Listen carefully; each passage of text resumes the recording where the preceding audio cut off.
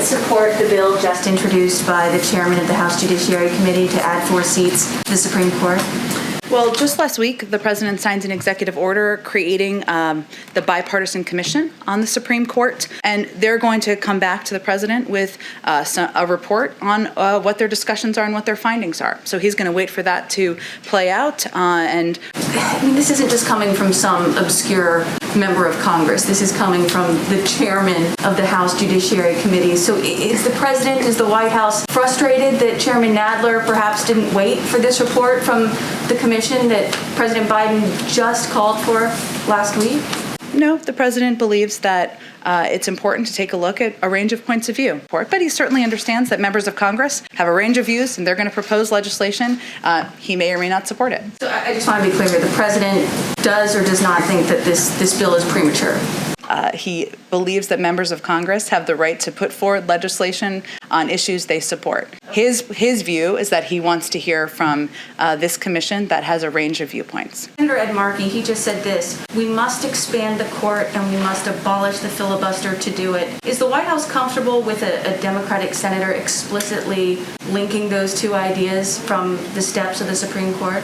The President believes that in freedom of speech and that members can come forward and share their points of views. The President is not ruling out the possibility of expanding the court, and he has started this process that could lead to those to recommendations to expand the number of seats on the Supreme Court, right?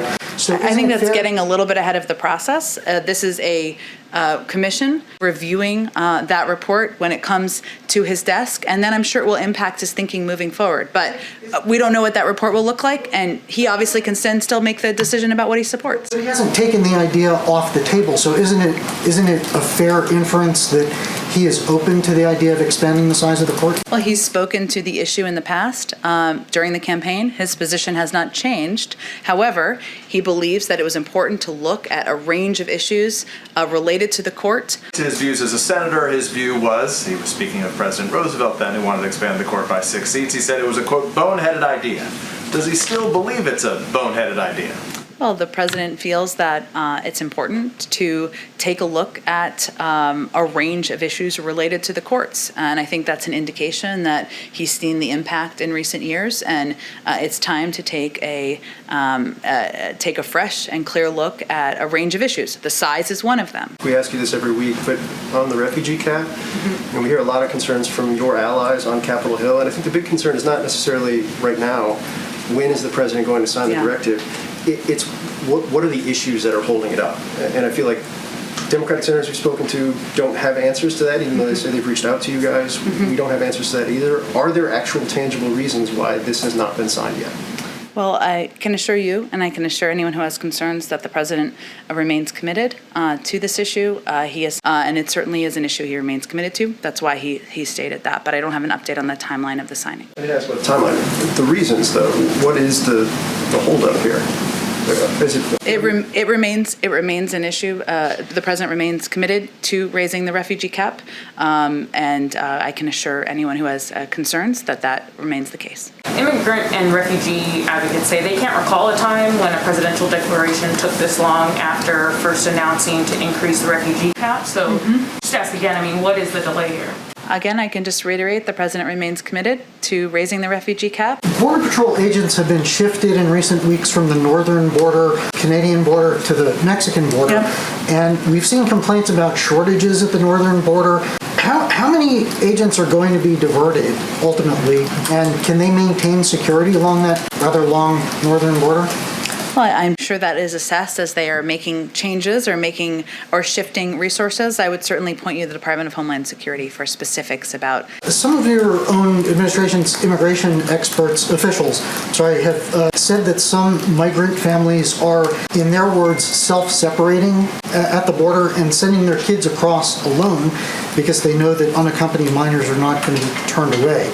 Is it time to rethink that policy because of these unintended consequences and the way people are kind of taking advantage of it? Well, you're right, Todd. That certainly is an unintended consequence, and we have been clear, and we have continued to convey the message that our border is not open That is a treacherous journey, and even as families are doing that, a number of these kids are still taking a very dangerous journey, even for a shorter period of time or distance, I guess I should say.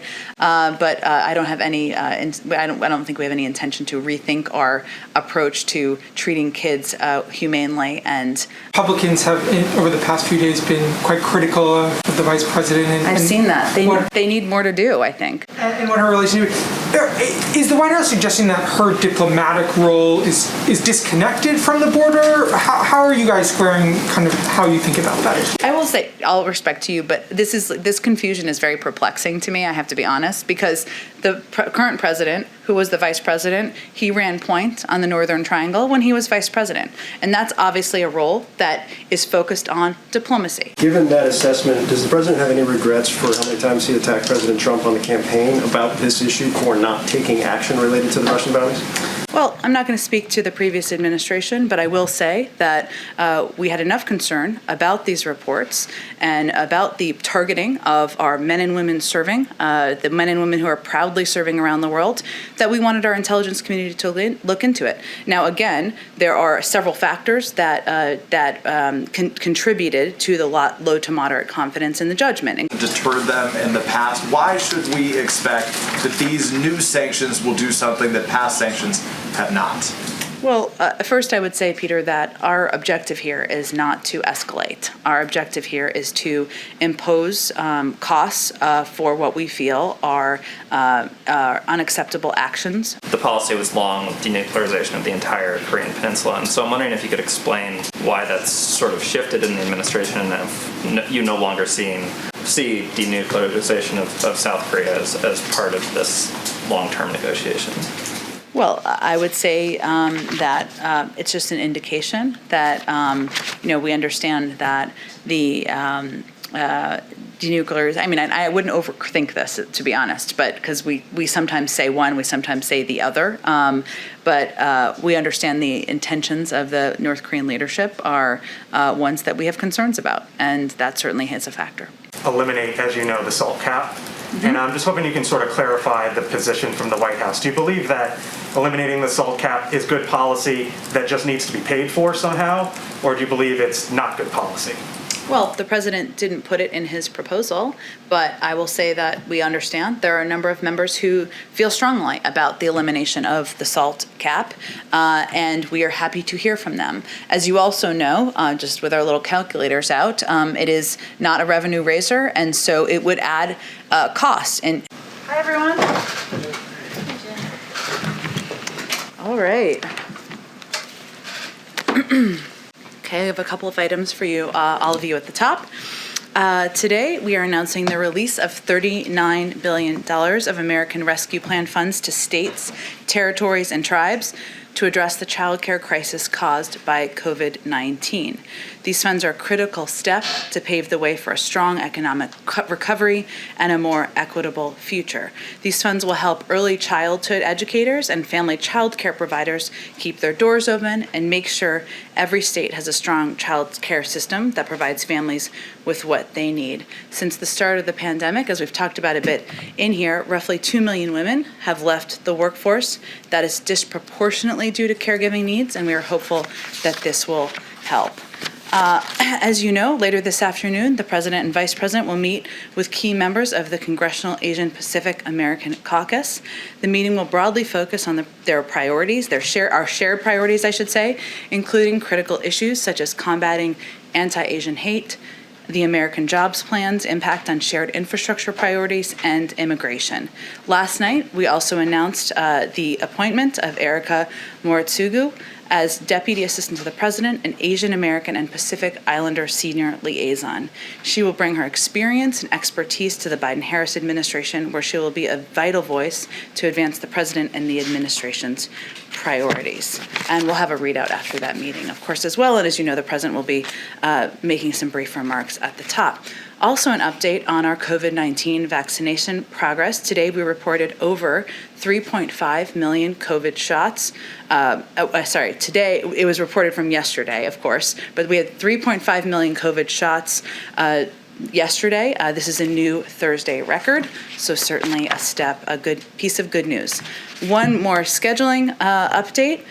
President Biden looks forward to welcoming President Moon of the Republic of Korea to the White House in the second half of May. We're still finalizing the date for that, but this visit, following the recent 2+2 visit to Seoul by Secretaries Blinken and Austin and the National Security Advisors trilateral meeting in Annapolis, will highlight the ironclad U.S.-South Korea alliance and the long-standing ties and friendships between the people of our two countries. With that, Amr, it's been a week. It's been a lot going on this week, so go ahead. It's not the end of the week. It's not the end. We have more to come. Go ahead. Prime Minister Suga coming tomorrow, Yep. and now you just announced President Moon coming. I guess just looking ahead to both of these visits, what message is the President trying to send? And in a sense, is elevating, particularly with tomorrow's visit, the Japanese Prime Minister, is he sending a message to China by who he's picking first? Well, I think first, the President is looking forward to welcoming the Prime Minister tomorrow, and it is significant that our first bilateral meeting in person is with Japan. It emphasizes our important relationship and all of the cooperative work we have to do together. I will say that, of course, our approach to China and our shared coordination and cooperation on that front will be part of the discussion, as will our joint commitment to the denuclearization of North Korea. Security will be a prominent issue, regional security as well. So I would say these relationships have a range of areas of cooperation. It's an opportunity to discuss those issues in person, and I would anticipate that China will be a part of the discussions. If I could ask just a question on the Russia sanctions today. In a statement, the White House noted it reports that Russia encouraged Taliban attacks against U.S. and coalition personnel in Afghanistan. The word report seems to leave some ambiguity. Does the White House believe Russia placed bounties on American troops? Well, I would say first that we felt the reports were enough of a cause of concern that we wanted our intelligence community to look into those reports as a part of this overall assessment. They assessed with low to moderate confidence, as you alluded to, that Russian intelligence officers sought to encourage Taliban attacks against U.S. and coalition personnel in Afghanistan. The reason that they have low to moderate confidence in this judgment is in part because it relies on detainee reporting and due to the challenging environment, and also due to the challenging operating environment in Afghanistan. So it's challenging to gather this intelligence and this data. I will say that we assess, our intelligence community, I should say, assesses that a General Staff Main Intelligence Director at GRU, also known as Manage Interaction with Individuals in Afghan Criminal Networks. We have high confidence in that assessment, and the involvement of this GRU's unit is consistent with Russia's encouraging attacks against U.S. and coalition personnel in Afghanistan. So while there's low to moderate assessment of these reports, we felt it was important for our intelligence community to look into it, and we, of course, will not stand by and accept the targeting of our personnel by any elements, including a foreign state actor. This information really puts the burden on Russia and the Russian government to explain their engagement here. Go ahead. Jen, given that assessment, does the president have any regrets for how many times he attacked President Trump on the campaign about this issue for not taking action related to the Russian bounties? Well, I'm not going to speak to the previous administration, but I will say that we had enough concern about these reports and about the targeting of our men and women serving, the men and women who are proudly serving around the world, that we wanted our intelligence community to look into it. Now, again, there are several factors that contributed to the low to moderate confidence in the judgment, including the difficulty of the operating environment and, of course, the reliance on detainee reporting. At the same time, we still feel there are questions to be answered by the Russian government. Another on foreign policy. With the Russia decision, with the Afghanistan decision, just trying to get a sense of how the administration operates here. There's still Americans unjustly detained in Russia. I believe there's an American who was kidnapped by a Taliban-aligned group in Afghanistan. What level does the administration look at those hostages, I guess, as they think through broader foreign policy decisions? Do you have a team working on that? Did that play any role in either of these decisions? Well, certainly every relationship we have, even with it when it's adversarial or even when it's not. We raise issues of the detainment of American citizens or even sometimes citizens of our partners and allies around the world through those diplomatic conversations. Typically, those conversations are led by the State Department and officials that are working at the State Department. Typically, we don't read out too much detail because our focus is, of course, on bringing Americans home. Just one more. I think we ask you this every week, but on the refugee cap, and we hear a lot of concerns from your allies on Capitol Hill, and I think the big concern is not necessarily right now, when is the president going to sign the directive? It's what are the issues that are holding it up? And I feel like Democratic senators we've spoken to don't have answers to that, even though they say they've reached out to you guys. We don't have answers to that either. Are there actual tangible reasons why this has not been signed yet? Well, I can assure you, and I can assure anyone who has concerns, that the president remains committed to this issue. He is somebody who believes that refugees, that immigrants are the heart and soul of our country, and they have been for decades. And that is why he has proposed, a comprehensive immigration reform bill. That is why he wants to improve the processing of those seeking asylum at the border, and it certainly is an issue he remains committed to. That's why he stated that. But I don't have an update on the timeline of the signing. I didn't ask about the timeline. The reasons, though. What is the holdup here? It remains an issue. The president remains committed to raising the refugee cap, and I can assure anyone who has concerns that remains the case. Go ahead. Jen, the U.S. has been leveling sanctions on Russia for its behavior for years, as you know well. It hasn't deterred them in the past. Why should we expect that these new sanctions will do something that past sanctions have not? Well, first I would say, Peter, that our objective here is not to escalate. Our objective here is to impose costs for what we feel are unacceptable actions by the Russian government. Some of these are done in coordination with our European partners and allies in the past. And our view is that when there are actions that are taken that are unacceptable, that are not aligned with our interests, that we feel go beyond what should be acceptable from any country you have a relationship with, then there should be consequences. We can't predict what the impact will be, but we still believe that when there's unacceptable behavior, we should put consequences in place. Let me ask about Afghanistan, if I can quickly. The president's own CIA director, William Burns, yesterday warned that there is a, quote in his words, significant risk that al-Qaeda and other terrorist groups could fill that vacuum that exists when the U.S. and its allies leave that region. I have the quote for you, but you saw the testimony as well as I did. Why not leave a small residual force behind, and knowing that he addressed this in some form, to support the intelligence community there to gather information? Why not leave a military force there to help protect them and their ability to collect intelligence? Well, first I will say that we believe we have the means to keep our eye on any terrorist threats or any sign of al-Qaeda's resurgence without having a persistent footprint on the ground. And the evaluation and the decision made by the president was that based on the recommendations, the advice from national security advisors, from his team across the administration, is that the threat against the homeland now emanating from Afghanistan can be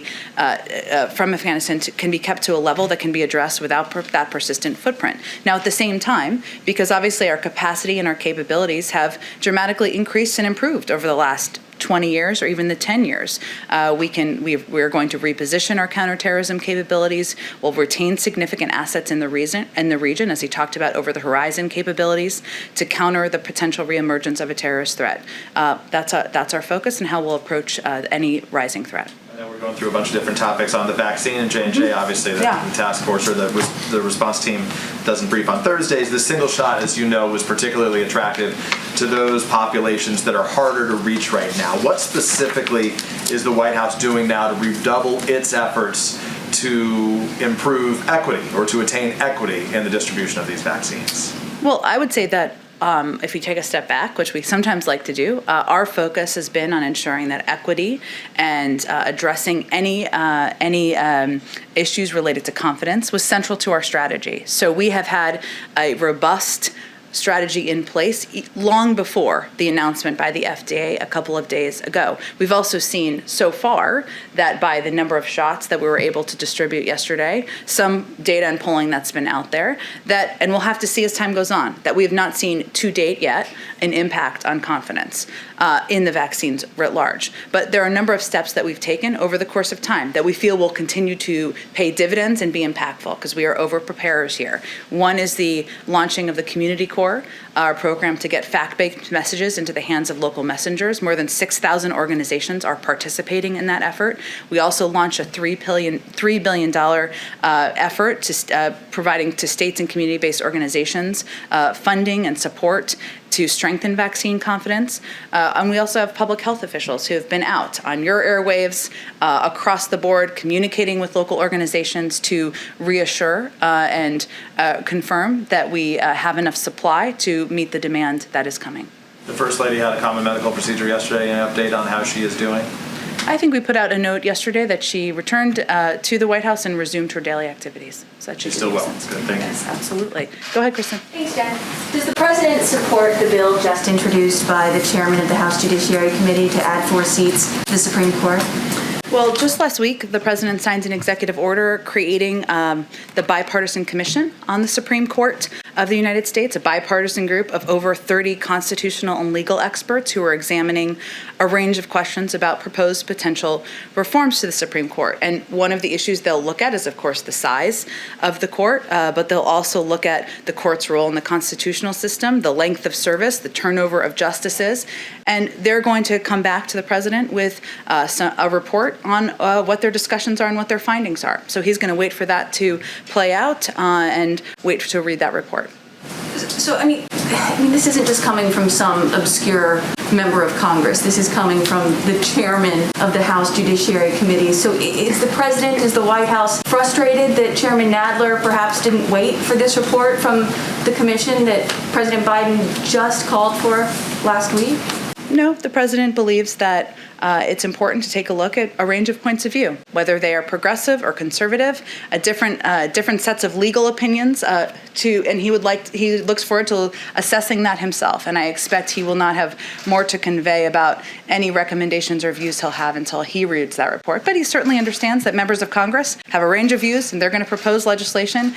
He may or may not support it. So I just want to be clear here: the president does or does not think that this bill is premature? He believes that members of Congress have the right to put forward legislation on issues they support. His view is that he wants to hear from this commission that has a range of viewpoints. Okay, one more question. Senator Ed Markey, he just said this: we must expand the court and we must abolish the filibuster to do it. Is the White House comfortable with a Democratic senator explicitly linking those two ideas from the steps of the Supreme Court? The president believes that in freedom of speech and that members can come forward and share their points of views on a range of issues, including the future of the courts. He has his own view, and he looks forward to seeing the recommendations that comes out of this court commission. Okay, go ahead. I wanted to start with the Russia sanctions. Sure. The Kremlin's been kind of downplaying the actions today, noting that Americans still buy debt on the secondary market. There's also been some criticism from Republicans, including Senator Toomey, who noted that the Nord Stream 2 sanctions weren't part of this package. And so I was wondering if you could respond to both of those and maybe explain, if this is a more modest package, then you could have perhaps pursued what the sort of strategic thinking behind that is. Well, one, we felt, broadly speaking, we felt this package was proportionate and appropriate for the response. But there were a number of steps, as you know, and you've all reported on, that we did to give ourselves maximum optionality, including the executive order that provides authority for relevant agencies to target any sector of the Russian economy and anyone determined to be a leader, official, or anyone who's played a role instrumentally in the government of the Russian Federation. So that gives us a great deal of flexibility moving forward, and we wanted to have that. We felt it was important. I will say that in terms of the impact, before we took this action, the United States only prohibited U.S. banks from new purchases of non-ruble denominated debt in the primary market. This means the vast majority, or over 80% of Russia's sovereign debt, the ruble denominated portion, was untouched by our sanctions regime. We have now made a move into this space. But again, we have maximum optionality moving forward. Our hope, though, is that that we can move forward with a predictable and a stable relationship. We still felt, and as I said in response to Peter's question, that it's important to respond and put in place consequences to actions that we felt were unacceptable. So Nord Stream, you felt would be disproportionate in response to this, or Nord Stream's on a different track? Can you kind of... I don't have anything to predict about Nord Stream. Obviously, we feel that it's a bad deal, but these were the steps we felt were appropriate in response to these actions. And yesterday, you said the president would address the resettlement of translators and other Afghanis who had helped U.S. military forces in a speech. Didn't sound like that made the final cut, so I'm wondering if you have any more details about that, especially considering the sort of immigration loopholes that, or immigration issues that have been present over the last year because of COVID. Sure, and I'm happy to get you more specific details from our national security team as well. I will say that we will continue to provide and work with Congress to expedite and expand special immigrant visas. We remain committed to working with and helping people who have served alongside and been important partners to our men and women serving on the ground in Afghanistan. And we are, of course, intend to maintain a diplomatic presence there as well to help with that.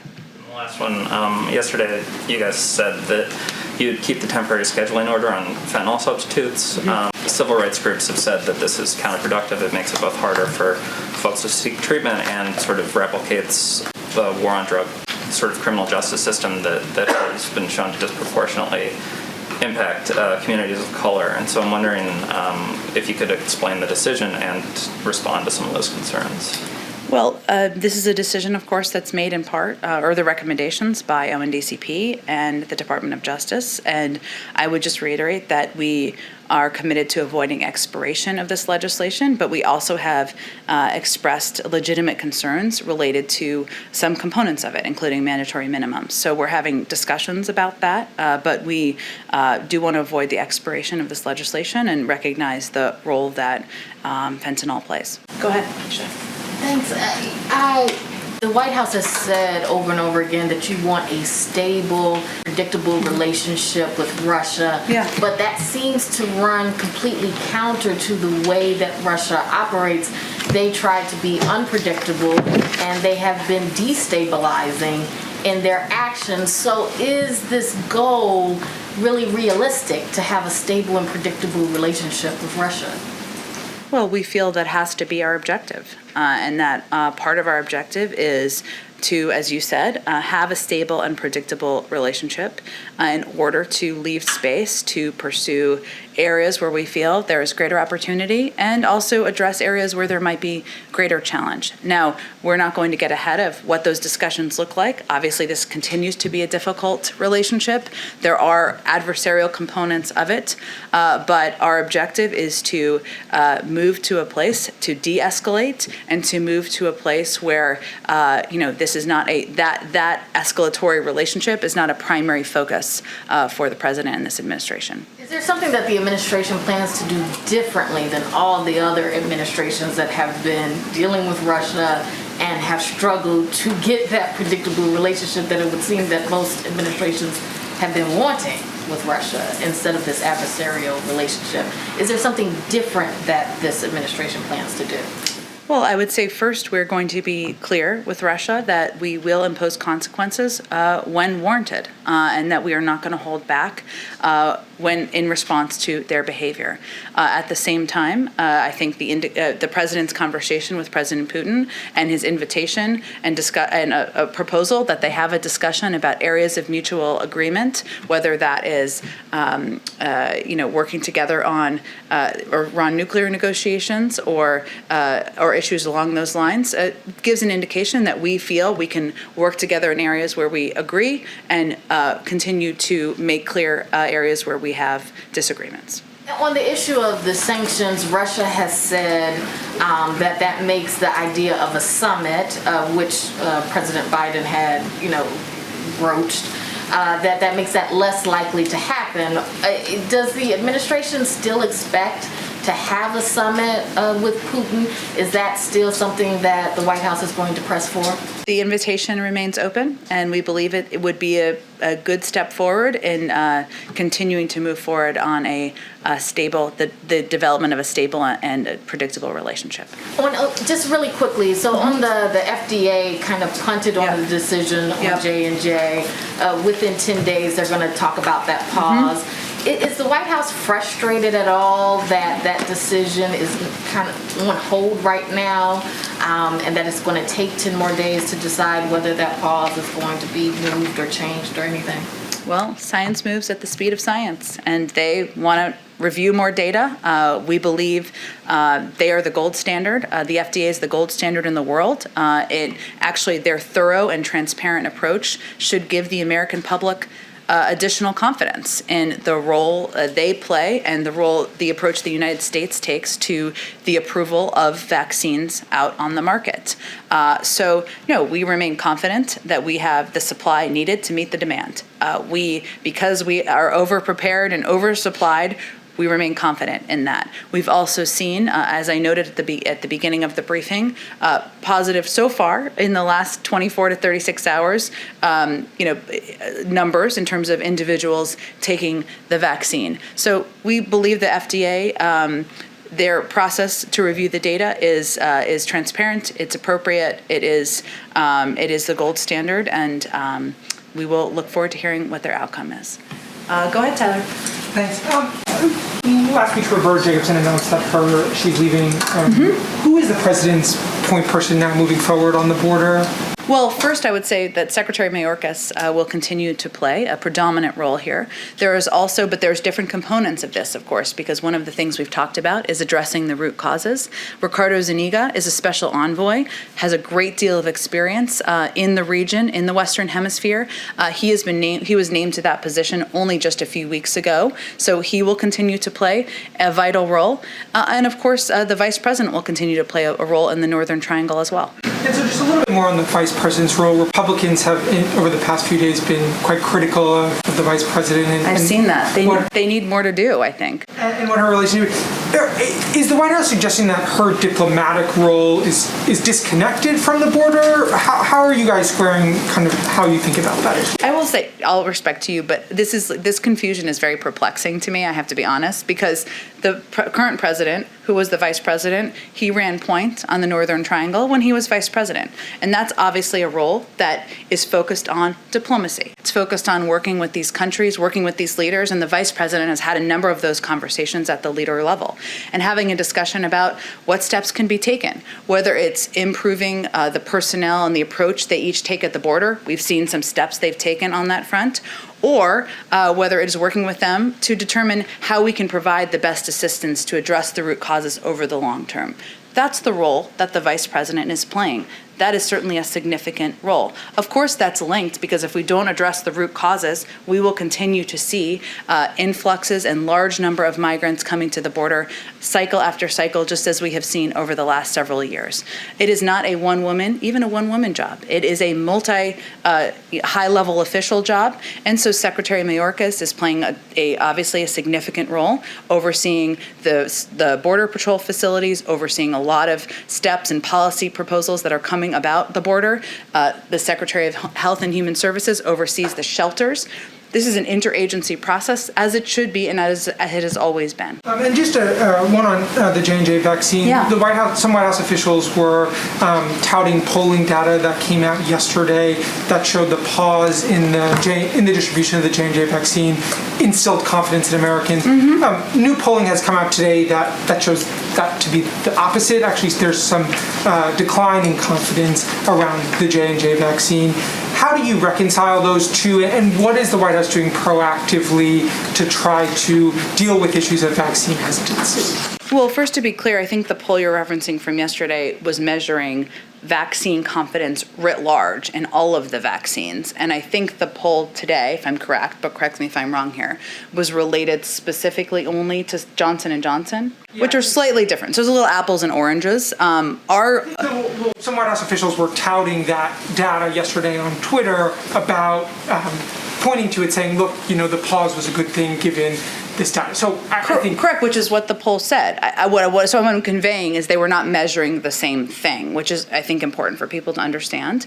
Our focus is on ensuring we get shots in the arms of every adult American, and we have enough Moderna and Pfizer vaccine to do that. We will. So we, of course, will see the FDA process will play its way out. And we are fortunate to have a massive effort underway to increase vaccine confidence long before the announcement by the FDA just a couple days ago, which we will continue to implement. But I think it was touted in part because we want to ensure Americans understand and show Americans do understand so far that they can remain confident in the efficacy and the safety of the vaccines out there in the market that are currently being distributed with the FDA emergency approval. just two quick ones. Do you think that Secretary Becerra will be making a briefing room appearance at any point? I know a lot of the cabinet secretaries have come in. As you said, he has a big role in what's going on with the care of migrant children. Will we have an opportunity to ask him questions about other cabinet secretaries? Absolutely. We haven't had all of the secretaries, as you know, here, and we hope to get them all in here in the coming weeks. And then one more quick one. Is the administration still planning to roll out the second part of the infrastructure, the American Families Plan, this month? That is our intention. Okay, no changes on that front? Nope, that's our intention. Go ahead, Jeff. Jen, a couple more follow-ups on Russia. Sure. Does the White House and the U.S. intelligence community have a better sense now of what the impact of the SolarWinds attack was on the U.S. government? What did the Russians steal? What was the broad impact? We do have a little bit of a better understanding, I should say. So we know, that the compromise of the SolarWinds software supply chain gave it the ability to spy on or potentially disrupt more than 16,000 computer systems worldwide. The scope and the scale of that is obviously a significant and national security and public safety concern, particularly given Russia's history of reckless behavior in cyberspace and what they could have done had we not caught it and tried to address the issue. So there may be more than that, Jeff, and I'm happy to connect you with one of our cyber experts directly if that would be useful to you. Okay, yeah, that'd be great. Sure. Apropos that, something else that was included in the sanctions today were 5 Russian cybersecurity firms. Mm-hmm. Can you give a sense to us of why those firms were chosen and what they did to the United States? Well, I would say the firms, let me see, I probably have more specifics on this here, Jeff, one moment. If not, I can also get you connected with our cyber experts on exactly that question. I mean, obviously, the individuals and the companies who were designated through our announcement this morning had a direct involvement in hacking, and that was the reason for designating and taking the actions we took. But let me connect you with a cyber expert so you can get more specific detail. Okay. And just one follow-up on Justin's question about Nord Stream. Yeah. Nord Stream had been, we understand, approved to be one of the sanctions. Did Chancellor Merkel advocate for that to be left off the list? Can you give any sense of why it didn't end up being part of the sanctions today? I don't have any more detail on that. Understand the question. I would just convey that obviously if there's additional actions taken, we certainly preserve the option of putting additional actions in place, and it doesn't mean that we won't have more. But I don't have any more detail to project to you about any considerations about what sanctions were or were not finalized. And one other topic completely. Next week is the Earth Day Climate Change Summit. Yeah. Can you give us any sort of a preview on your plans to release the U.S. target for emissions cuts by 2030? When can we expect to see that? I understand the question too. It's going to be a full week next week. Let me see if we can get you some more previewing by tomorrow. We're still finalizing all of the specifics, so I just don't have anything to provide to you at this moment. All right, go ahead. Hi, Laura. Hi, thanks. To follow up on a question Phil asked earlier, immigrant and refugee advocates say they can't recall a time when a presidential declaration took this long after first announcing to increase the refugee cap. So just ask again, what is the delay here? Again, I can just reiterate, the president remains committed to raising the refugee cap, and obviously his commitment to ensuring that we are treating refugees, immigrants, people who come into our country with humanity is evident in most of his policies, but I don't have any more specifics for you. Okay. On the infrastructure bill, Speaker Pelosi says that she wants to get this all done by July 4th. So how much time is the White House willing to negotiate with Republicans before you start making big decisions about what to push through? Well, we'd like to see some progress and some forward movement by Memorial Day, and the president would love to have the package signed or passed, I should say, this summer. Is the White House encouraging the Senate to pass a traditional infrastructure bill through regular order with Republicans? Well, we certainly believe there should be agreement. There is agreement on a number of components. We've been encouraged by many of the conversations that we've had to date. We look forward to hearing alternate ideas or different ideas as they come forward, and there should be an opportunity for that. We're also quite open to what path this takes. We're not going to predetermine whether it has to all happen in one big package. There are different components that could move forward, certainly on their own, and right now is the time where members and their staff and committee staff are doing the hard work of determining where there's agreement and how what vehicles pieces can move forward through. Senator Coons was saying, today that pass something with Republicans maybe on traditional infrastructure, roads, bridges, et cetera, and then everything else could go in a reconciliation bill. So you guys are open to that? Well, that's Senator Coons' point of view, which of course we certainly respect. He's a friend of the president's, but there are a range of views on the Hill, as you well know, Laura, about how this should move forward and what the size of the package should be and what components should go together. We'll let that all work itself through. Go ahead, Hans. Does the president think that young women ages 18 to 26 should register for the draft? I'll have to talk to him about that, Hans. It's an interesting question. Well, today the Justice Department walked back and said that they weren't going to join a suit that challenged the constitutionality of that. So I'm just wondering what the president's position is. Does he think that everyone should register for the draft? I'm happy to talk to him about it, and I'll take a look at the Department of Justice case as well. Go ahead. Thank you. The Border Patrol agents have been shifted in recent weeks from the northern border, Canadian border, to the Mexican border. Yep. And we've seen complaints about shortages at the northern border. How many agents are going to be diverted ultimately? And can they maintain security along that rather long northern border? Well, I'm sure that is assessed as they are making changes or shifting resources. I would certainly point you to the Department of Homeland Security for specifics about the movement of Border Patrol agents. Some of your own administration's immigration officials, have said that some migrant families are, in their words, self-separating at the border and sending their kids across alone because they know that unaccompanied minors are not going to be turned away. Is it time to rethink that policy because of these unintended consequences and the way people are kind of taking advantage of it? Well, you're right, Todd. That certainly is an unintended consequence, and we have been clear, and we have continued to convey the message that our border is not open.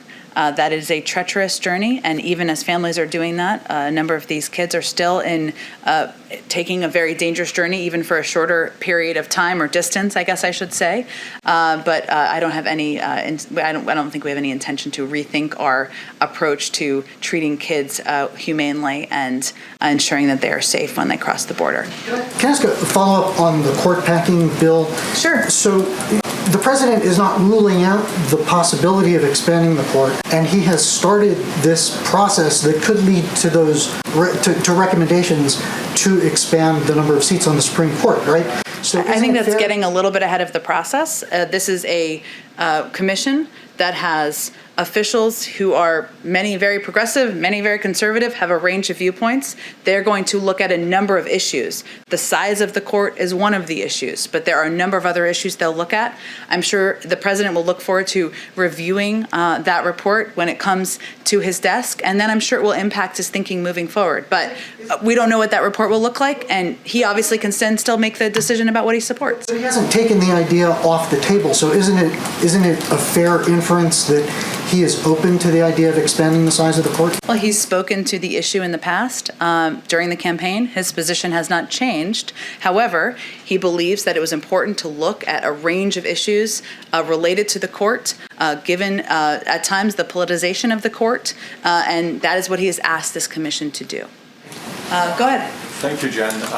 Three quick questions. Sure. First one, I want to go back on Russia and the sanctions. Okay. Now that we know the details, can we just go back? Can you bring us back to the conversation the president had with President Putin?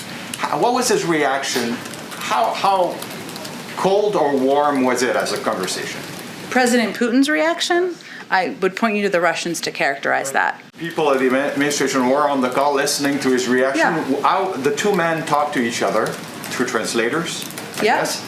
Was it warm a little bit? Was it cold? I'm not going to characterize the tone. I will say that on that call, the president made clear that there would be consequences, that consequences would be coming. He also suggested that they meet in person and that he wanted to have a stable and predictable relationship. So the content, I think, can tell you a lot about the tone of the conversation. About President Moon's visit next month. Can you tell us if the administration had made some more steps to start a dialogue with North Korea?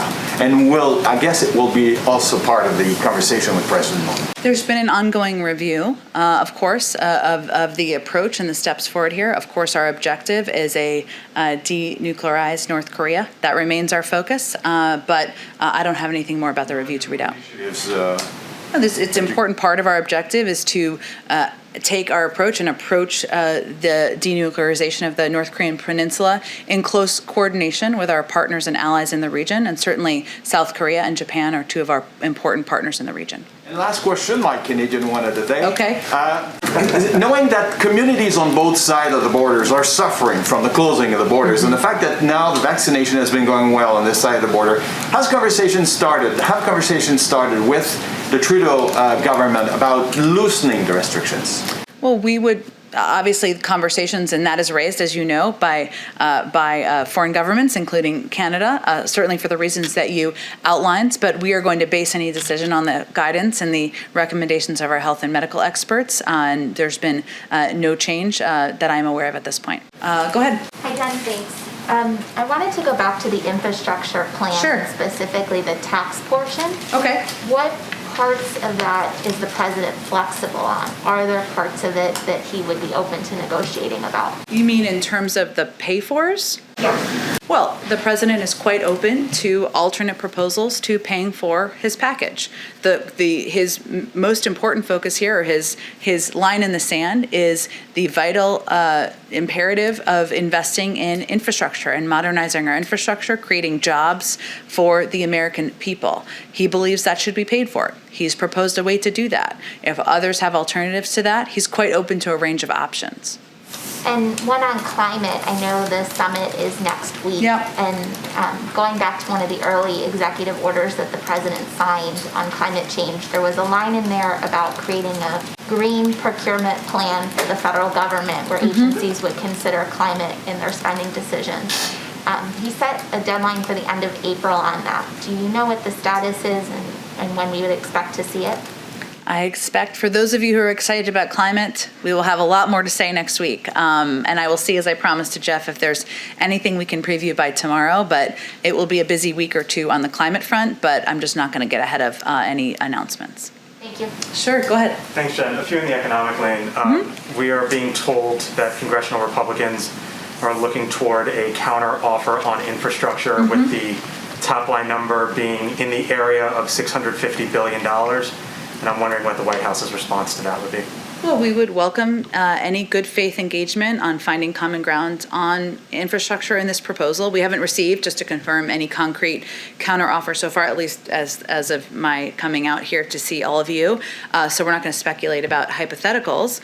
But from the outset, the president has said that he wants us to be a collaborative process, and he wants input from lawmakers on both sides of the aisle on how we can improve the jobs plan. And certainly he looks forward to hearing what their proposals might be. He has some fundamental, and this kind of goes in response to an earlier question, he has some fundamental core elements that are important to him. Money to update our infrastructure, investments in long-term growth, investments in the American people, in their workplaces, in their education and communities. So we'll see what this proposal looks like. There's a big push here in Washington to eliminate, as you know, the SALT cap. And I'm just hoping you can sort of clarify the position from the White House. Do you believe that eliminating the SALT cap is good policy that just needs to be paid for somehow? Or do you believe it's not good policy? Well, the president didn't put it in his proposal, but I will say that we understand there are a number of members who feel strongly about the elimination of the SALT cap, and we are happy to hear from them. As you also know, just with our little calculators out, it is not a revenue raiser, and so it would add cost and potentially significantly to a package. There'd have to be a discussion about how that would be paid for, what would be taken out instead, and then there's sort of a discussion of what's most important to achieving our overarching objectives. And I want to ask you one in a different space, and that is cryptocurrency. In the news the last many weeks, and certainly the last few days here, $2 trillion market cap, big growing space. We've heard from Janet Yellen, her thoughts. We've heard from Jay Powell, his thoughts. We've heard from Gary Gensler, his thoughts. And to the best of my knowledge, I don't believe we've heard President Biden, his thoughts on cryptocurrency. So can you give us some sort of insight? What is the president's thinking on it? I would suggest that Secretary Yellen, who is our, of course, Treasury Secretary, is the appropriate person to speak to it. I don't think the president has a disagreement with her on this particular issue, or most. So if he doesn't have a disagreement, does he think that there needs to be some form of regulation at some point? We would defer to her and her comments and views on cryptocurrency in the market. Oh, go ahead. I just wanted to follow on your answer on North Korea. Sure. This is a very semantic question, but you said that the U.S. is seeking the denuclearization of North Korea, and then later you said the North Korean peninsula, and that sort of betrays North Korea. The thrust of my question, which is the policy was long denuclearization of the entire Korean peninsula. And so I'm wondering if you could explain why that's sort of shifted in the administration, and if you no longer see denuclearization of South Korea as part of this long-term negotiation. Well, I would say that it's just an indication that we understand that the denuclearization. I mean, I wouldn't overthink this, to be honest, but because we sometimes say one, we sometimes say the other. But we understand the intentions of the North Korean leadership are ones that we have concerns about, and that certainly is a factor. Yes. A couple last thoughts.